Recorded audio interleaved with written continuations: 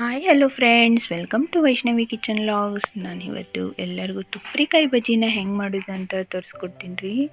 ನೋಡಿರಿ ಫ್ರೆಂಡ್ಸ್, ಎಷ್ಟು ಚಂದ ಆಗ್ಯಾವಲ್ರಿ, ಮಸ್ತ್ ಟೇಸ್ಟ್ ಆಗ್ತಾವ್ರಿ. ತುಪ್ಪ ತಿಂದಂಗೆ ಟೇಸ್ಟ್ ಆಗ್ತಾವೆ. ಹಾಗಿದ್ರೆ ಬರ್ರಿ ಹೆಂಗೆ ಮಾಡೋದು ಅಂತ ನೋಡ್ಕೊಂಬರೋಣ. ಅದಕ್ಕಿಂತ ಮುಂಚೆ ಯಾರ್ಯಾರು ನನ್ನ ಚಾನಲಿಗೆ ಸಬ್ಸ್ಕ್ರೈಬ್ ಮಾಡಿಲ್ಲ, ಪ್ಲೀಸ್ ಸಬ್ಸ್ಕ್ರೈಬ್ ಮಾಡಿರಿ ಹಾಗೂ ಬೆಲ್ ಐಕನನ್ನು ಕ್ಲಿಕ್ ಮಾಡಿರಿ ಫ್ರೆಂಡ್ಸ್.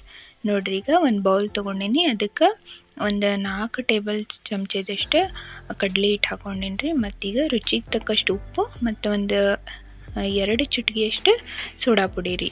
ಆಮೇಲೆ ಈಗ ಒಂದು ಸ್ವಲ್ಪ ಎಣ್ಣೆ ಹಾಕೊಳಕತ್ತೀನಿ, ಒಂದು ಅರ್ಧ ಚಮಚದಷ್ಟು. ನಾವು ಯಾವ್ದು ಯೂಸ್ ಮಾಡ್ತೀವಲ್ರಿ ಅಡುಗೆಗೆ ಅದು. ಆಮೇಲೆ ಈಗ ಹಸಿ ಖಾರ ಹಾಕೊಳಕತ್ತೀನಿ.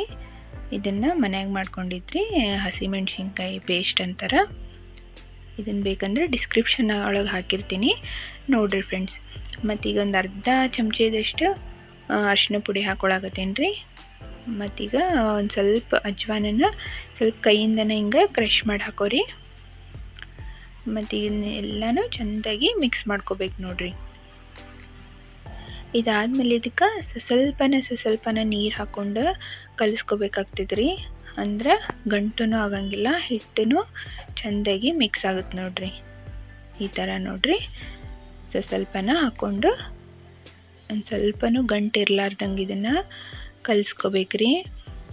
ಮತ್ತು ಇನ್ನೊಂದು ಏನು ಹೇಳ್ಬೇಕಂದ್ರೆ ರೀ, ಇದು ಮಿರ್ಚಿ ಬಜ್ಜಿ ಎಲ್ಲ ಮಾಡ್ತಿರ್ತೇವಲ್ರಿ, ಸ್ವಲ್ಪನೂ ಬಿಡ್ಲಾರ್ದಂಗೆ ಒಂದು 10ರಿಂದ 15 ನಿಮಿಷ ಈ ಥರ ಕಲಿಸ್ಕೋಬೇಕ್ರಿ ಹಿಟ್ಟು. ಯಾವುದೇ ಬಜ್ಜಿಗಾದ್ರೂ ಈ ಥರನ ಮಾಡ್ಕೋಬೇಕು ನೋಡ್ರಿ. ಅಂದ್ರೆ ಭಾಳ ಚಲೋ ಆಗ್ತಾವ್ರಿ, ಕ್ರಿಸ್ಪಿನೂ ಆಗ್ತಾವೆ, ಒಳಗೆ ಫುಲ್ ಸಾಫ್ಟ್ ಆಗ್ತಾವೆ, ತಿನ್ನೋಕ್ಕೂ ಭಾಳ ರುಚಿ ಆಗತ್ತೆ ರೀ. ನೋಡಿರಿ ಫ್ರೆಂಡ್ಸ್, ಈ ಥರ ಇದನ್ನು ಒಂದು 10-15 ನಿಮಿಷ ಕಲಿಸ್ಕೋಬೇಕ್ರಿ. ಮಸ್ತ್ ಈಗ ಹಿಟ್ಟು ಹದ ಆಗುತ್ತೆ ನೋಡ್ರಿ.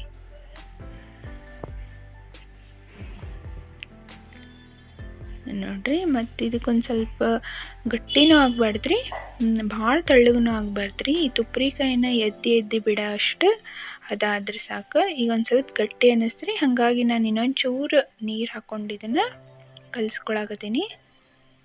ನೋಡಿರಿ ಫ್ರೆಂಡ್ಸ್, ಈ ಥರ ಕಲಿಸೋದ್ರಿಂದ ಹಿಟ್ಟು ಫ್ಲಫಿನೂ ಆಗ್ತೈತಿ, ಭಾಳ ಚಂದ ಹದ ಆಗುತ್ತೆ ರೀ. ಈ ಥರ ಈಗ ಒಂದು 10 ನಿಮಿಷ ಇದನ್ನು ಹಂಗೆ ಇಟ್ಬಿಡ್ಬೇಕ್ರಿ.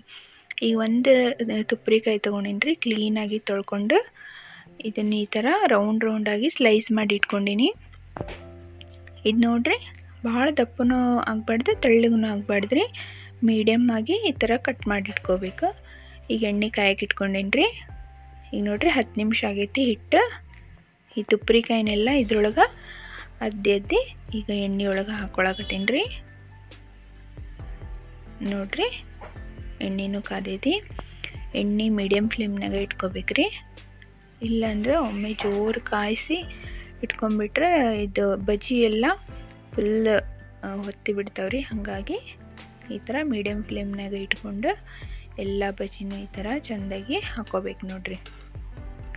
ಹಾಕೊಂಡಾದ್ಮೇಲೆ ಇದನ್ನು ಒಂದು 5 ನಿಮಿಷ ಈ ಥರ ಇಷ್ಟೇ ಬಿಡ್ಬೇಕ್ರಿ.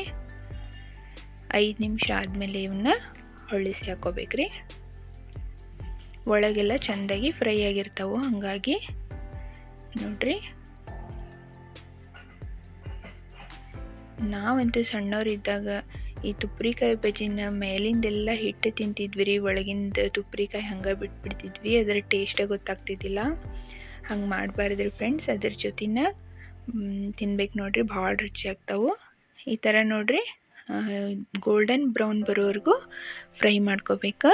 ಈಗ ಫುಲ್ ಫ್ರೈ ಆಗ್ಯಾವ್ರಿ. ಈಗ ನೆಕ್ಸ್ಟ್ ಇದನ್ನು ಸರ್ವ್ ಮಾಡ್ಕೋಬೇಕ್ರಿ. ನೋಡ್ರಿ ಫ್ರೆಂಡ್ಸ್, ಮಸ್ತ್ ಆಗ್ಯಾವು, ಫುಲ್ ಪಳ್ಳಾಗ್ಯಾವು. ನೀವು ಒಂದ್ಸಲ ಟ್ರೈ ಮಾಡಿರಿ, ಮತ್ತು ನನ್ನ ಕಮೆಂಟ್ಸ್ ಒಳಗೆ ಬರೋದು ತಿಳಿಸೋದನ್ನು ಮರಿಬೇಡ್ರಿ friends. Thank you for watching.